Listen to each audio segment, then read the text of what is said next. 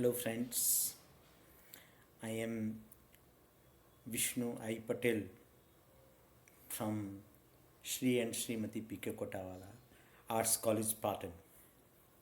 I belong to the Department of English. Hope all of you may be quite hale and hearty during these unfavorable days of COVID-19 calamity. We have been forcibly compelled to change our ways of life. Utterances such as social distancing, sanitization, wearing of masks, lockdown, and also unlock seem to have distorted the very complexion and fabric of our social and cultural life. Corona has corrupted our day to day dictionary also. People are now afraid of the word positive and the word negative sounds soothing to the ear. It's a drastic change. How can education escape this drastic change?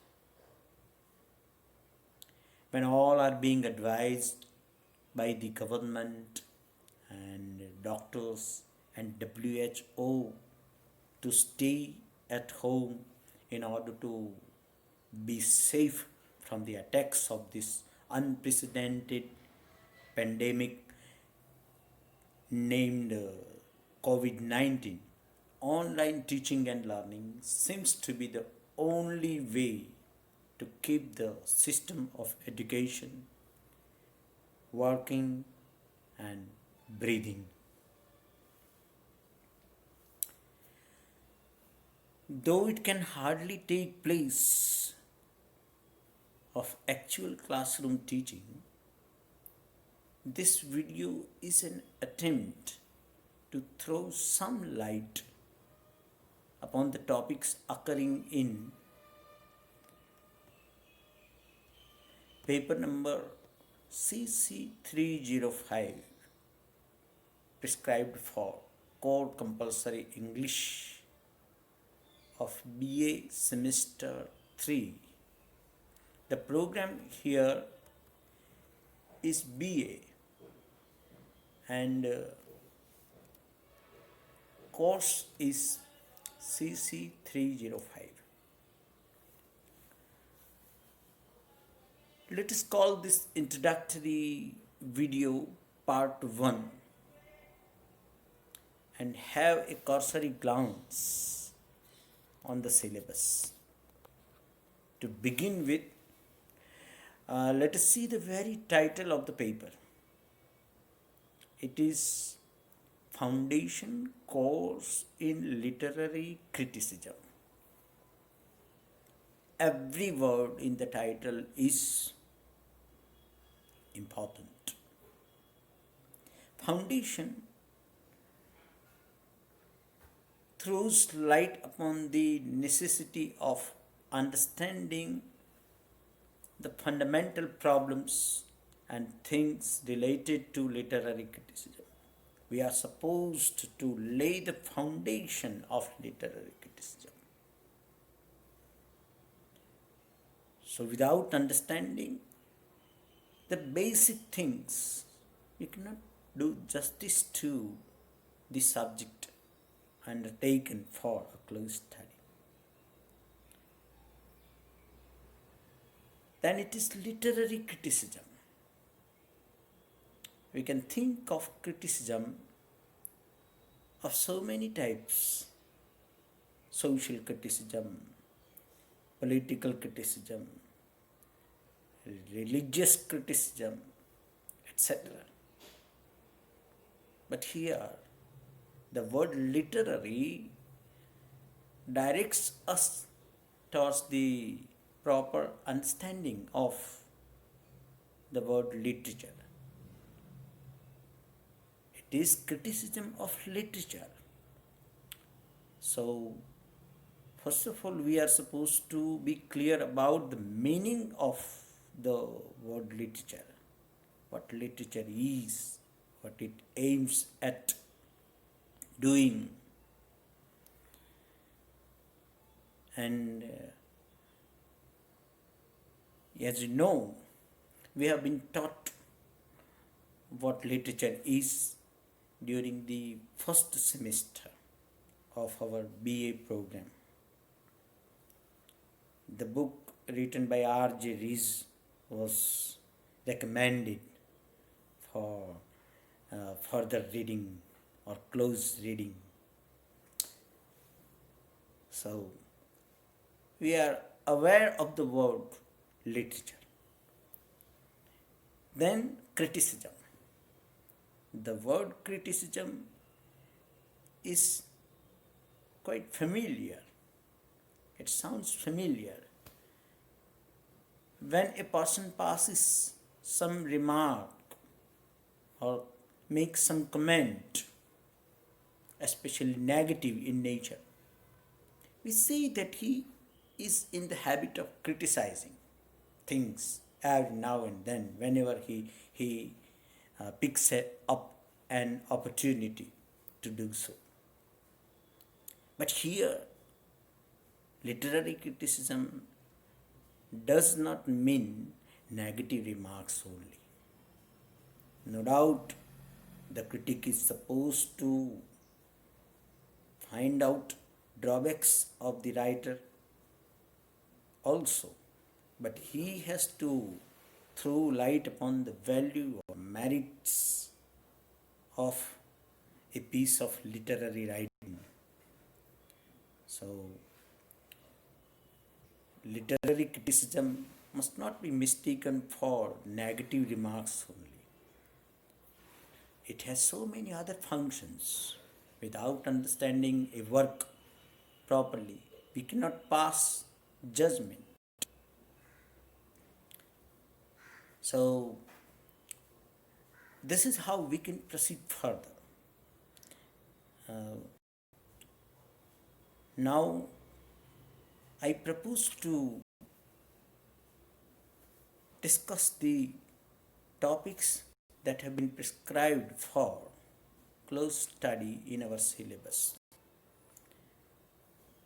The syllabus has been divided into 4 units. These units deserve our close attention.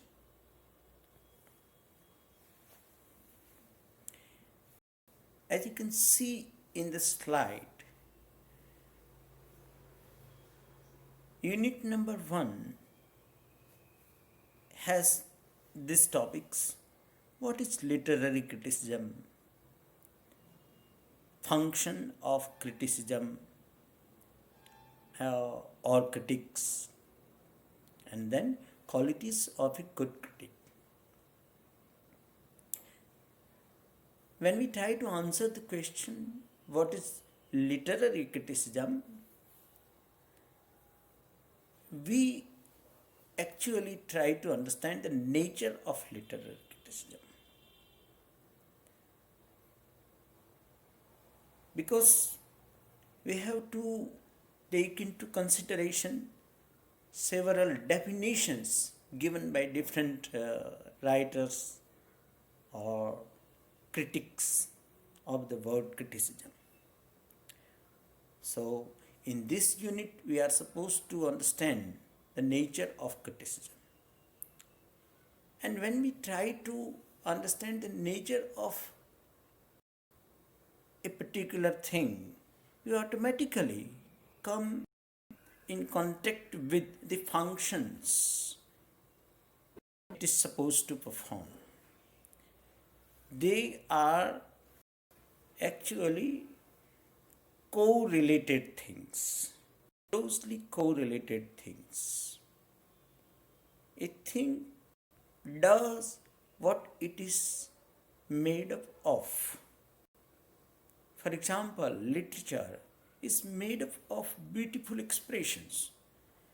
So it performs the function of giving aesthetic pleasure. So here function and nature are closely correlated. In the same way, the nature of criticism and function of criticism too are closely correlated.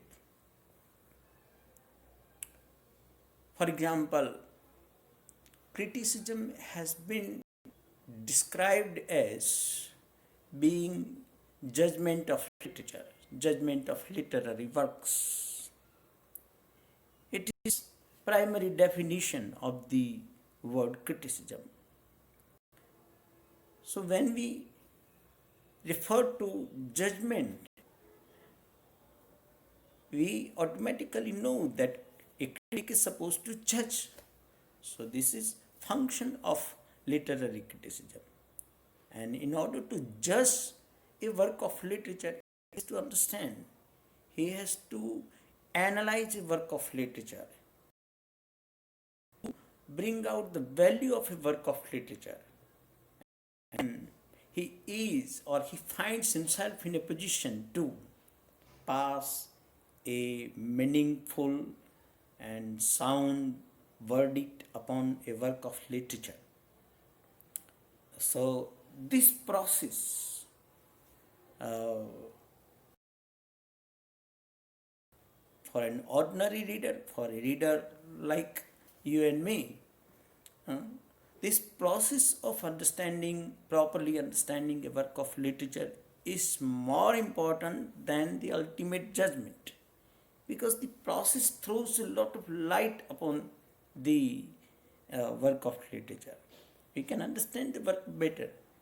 So this process actually is something that helps the critic interpret a work of art, literature. So interpretation is one function.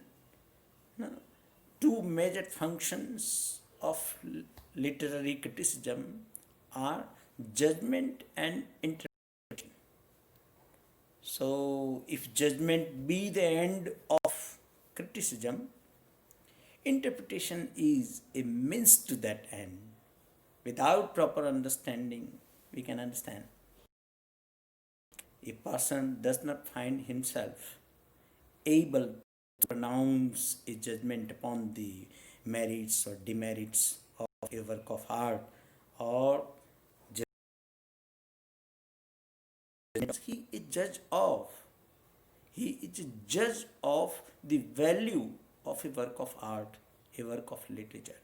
So this is how we can take into consideration the nature and function of literary criticism. And then qualities of a good critic. Who can be a good critic? There are certain things that or certain requirements on the part of a critic in order to enable him to pronounce such judgments, meaningful judgments upon works of literature, literary art, and upon authors, value of literary works and the ability of the authors. So, qualities of a good critic. A good critic, for example, must be a good inspector. He is a good inspector. There are so many qualities. He must try to find out the hidden meaning. Right reading of poetry involves a suspension of disbelief, for example, or right reading of poetry also requires on the part of the reader the ability to read between the lines. He must be able to read between the lines. So we can say that an ideal critic is an ideal reader, not ordinary reader. He is specially qualified. he has certain faculties of his own which enable him to read between the lines, find out the nice work of literary art. So these things will have to be discussed in unit number 1. Then comes the turn of unit number 2. Let us see in the slide what is to be dealt with in unit number 2. Plato's ideas of arts and poetry. And then one more topic in this unit is Aristotle's theory of image. When we talk about Plato and Aristotle, we can say that we are talking about classical criticism. It will take us to the very beginning of criticism. Both Plato and Aristotle were philosophers. Plato was the master and Aristotle the disciple.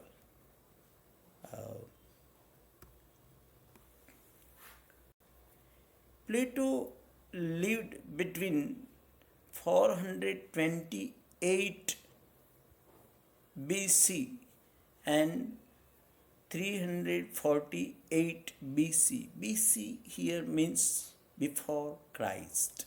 And Aristotle lived between 384 and 322 BC, before Christ.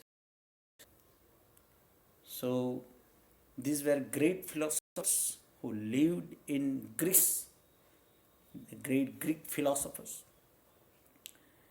For some 20 years, Aristotle was Plato's student and colleague at the Academy in Athens, an institution for philosophical, scientific, and mathematical research and teaching founded by Plato in the 380s. Although Aristotle revered his master, that is teacher, Plato, very highly, his philosophy eventually departed from Plato's in important respects. Aristotle also investigated areas of philosophy and fields of science that Plato did not seriously consider. According to conventional view, Plato's philosophy is abstract and utopian, whereas Aristotle's is empirical, practical, and commonsensical. Aristotle was the son of a court physician, and therefore Aristotle's approach is scientific in nature. Such contrasts are famously suggested in the fresco School of Athens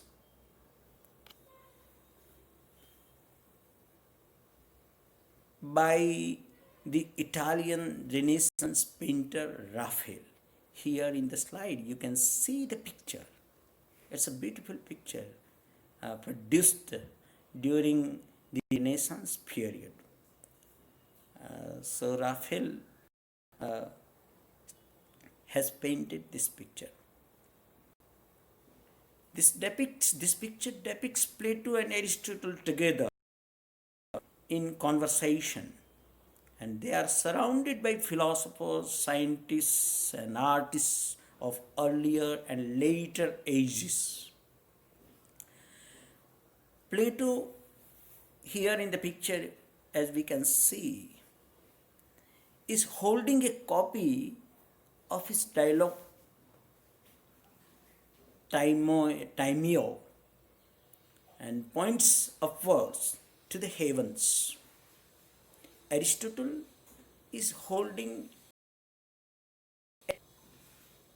and points onward to the world. So this shows the difference between the philosophy of Plato, philosophy developed by Plato, and that developed by Aristotle. Plato believed in the reality made up of ideas, that is, made up of ideas. According to him, reality lies in the heavenly archetype, whereas Aristotle uh, had faith in scientific approach, critical observation. According to Plato, can be experienced only with the help of intuition, whereas Aristotle was a man of practical observation. He believed that practical observation helps us knowledge of this world. So this was the difference between Aristotle and Plato. Because Plato in the reality made up of ideas, and because he was a mystic, and because he was a politician, because he was constantly worried about the establishment of an ideal state, he uh, lost his arguments against poetry. Plato is well known attack on poetry, and poetry in particular, and art. He thought that artists should better be banished from an ideal republic. They have no room in the ideal republic because they the world that results from the artist's imitation is an imitation of an imitation, an appearance of an appearance, a shadow of a shadow, and therefore it is misleading uh, and taking us away from reality, thrice removed from reality. The world of the artist, according to Plato, is thrice removed from reality, and therefore an artist is not a reliable Plato. So Plato's arguments against poetry are based mainly on his theory of imitation, or we can say his theory of ideas, and his theory of inspiration. Artists utter their immortal verses because they are inspired by the muses. Muses. So this is what Plato says. This is how Plato argues further against artists. Because they are inspired, we are not sure when inspiration is going to fade away from the artist. Derived from the muse or received from the muse, the artist is not able to utter his oracles, and therefore the artist cannot be relied upon. He proves in his dialogues titled Ion, Republic, and Phaedrus. He proves the artist to be a madman, the poet to be a madman. An artisan is more than the artist or the poet. This is how we shall see when its turn comes. But his disciple Aristotle comes to the rescue of poetry, and he defends poetry. He agrees with Plato that all arts are imitative and they imitate nature. But the artist is not ordinary kind of imitation, leading the artist or the person away from reality. On the contrary, the artist's imitation is aesthetic in nature. The word aesthetic is here very important. So this is a cursory glance. We shall try to understand this, these words or these expressions when we turn to unit number 2 for a close discussion.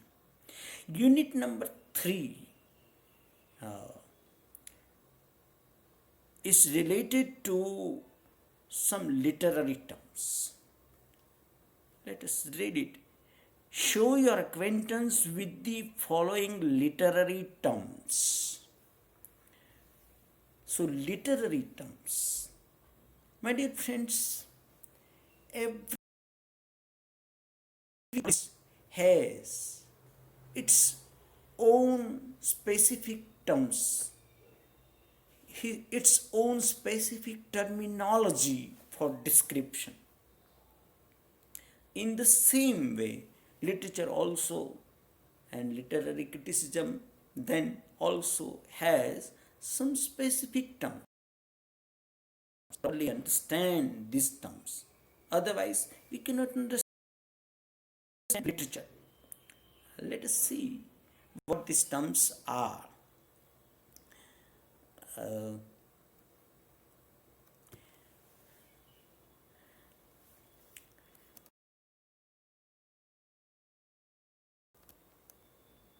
Theme, setting, character, tragic hero, hamartia, humor, pathos, fancy, imagination, allegory, satire.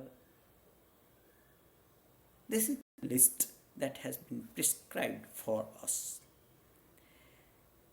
Without proper understanding of these terms, we are likely to be misled in our reading of literary criticism and literature. Take one very simple example. Plot, for example. Plot for a builder in the field of real estate means altogether a different thing. Plot is made up of land for a builder. Here in literature, plot is the arrangement of incidents. Arrangement of incidents. When we try to read a novel, when we try to see or a drama performed on the stage or read a drama, we come across the plot. There is a plot constructed by the dramatist or the novelist or the writer of a poem, means a poet. All these writers are poets in the general sense. The word poet, for example, for the Greeks meant a maker. What is he a maker of? He is a maker of plots. So plot is the arrangement of incidents in accordance with the laws of probability and necessity. We can, or the writer can, derive incidents or borrow incidents from history, from day-to-day life, but then he has to arrange the incidents in a convincing manner.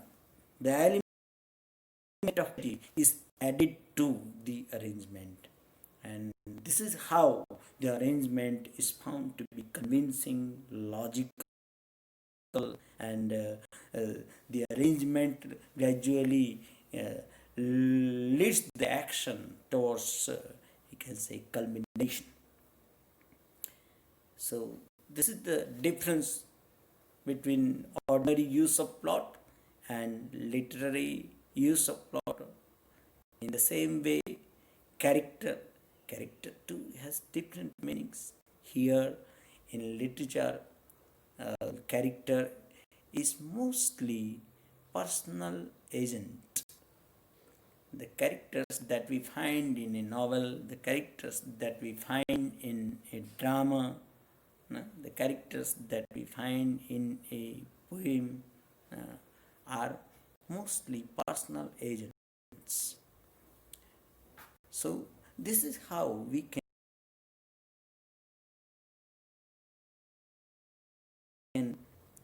then unit number 4 is appreciation of a poem.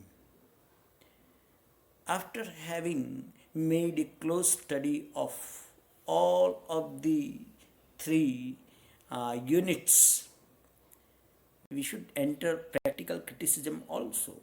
We are supposed to appreciate a poem. We should check ourselves whether we are able to appreciate a poem or not. Here, appreciation does not mean simply tasting it. We have to give reasons for our remarks, proper reasons, sound reasons for our remarks. So poetry has got to be critically appreciated. And in order to understand all these topics better, we have been prescribed several books. Some books have been recommended to us for further reading. The making of literature, then the study of literature, appreciating English poetry and literary terms. All these 4 topics or 4 units can be studied with the help of these books better. The making of literature is a very nice book written by R.A. Scott James. Nice in the sense that we don't get bored when we read this book. It's a slightly boring subject, but R.A. Scott James has written this book in such a nice manner that we find it very, very interesting and fruitful,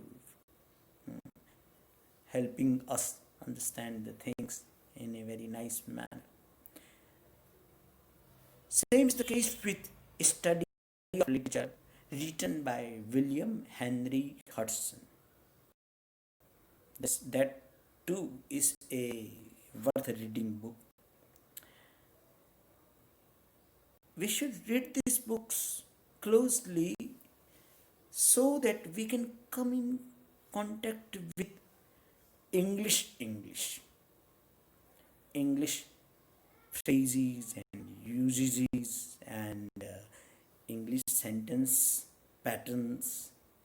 These things have got to be imbibed by us. This is how we can improve our English.